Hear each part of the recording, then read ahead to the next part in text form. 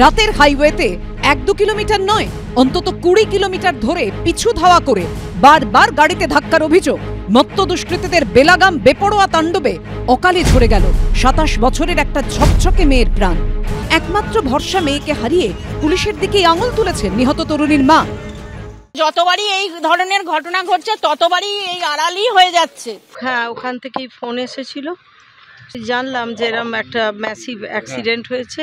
উনি event manager, নিরাপত্তার পুরো অভাব, নিরাপত্তা থাকলে আর এই ঘটনাটা ঘটতো।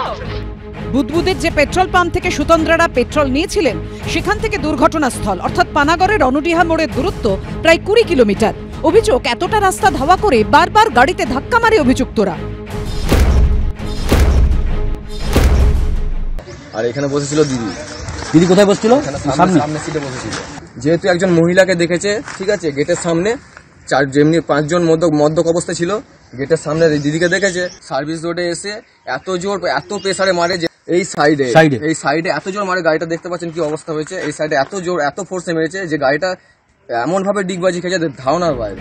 আর এখানেই প্রশ্ন উঠছে, হাইওয়েতে প্রায় 20 কিলোমিটার ধরে দুষ্কৃতীরা এক তরুণীর গাড়ি ধাওয়া করলো, পুলিশের টহলদারি কোথায় ছিল? পুলিশের হাইওয়ে পেট্রোলিং ভ্যান কোথায় ছিল?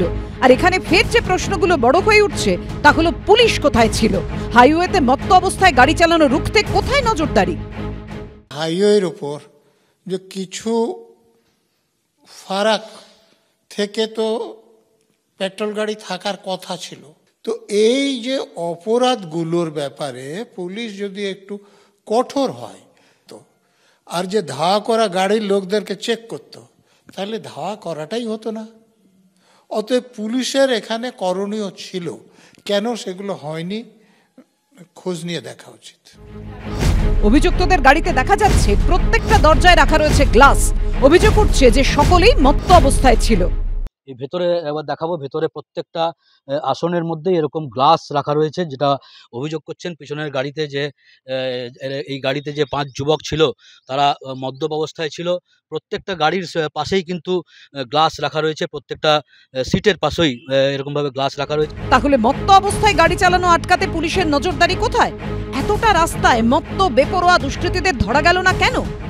হাইওয়েতে একটু পুলিশের নজরদারিটা একটু কমে গেছে হাল ফিলে। সেই নজরদারিটা কমে যাওয়ার জন্যই কিন্তু এই ঘটনাগুলি ওরা ঘটাতে সাহস করছে, এবং হাইওয়েতে নাকাচেকিং করা একটু মুশকিল আছে, করা যায় না, 1 নম্বর। দ্বিতীয় নম্বর কথা হচ্ছে যে স্পিড ব্রেকারও নেই ওখানে। দ্বিতীয় কথা, তারপরের যে কথাটা সেটা হচ্ছে যে একটুখানি সার্ভিলেন্স দরকার, সেই সার্ভিলেন্সটা সবসময় থাকে না। পুলিশ কমিশনারের অবশ্য দাবি রাস্তায় টহলদারি ছিল।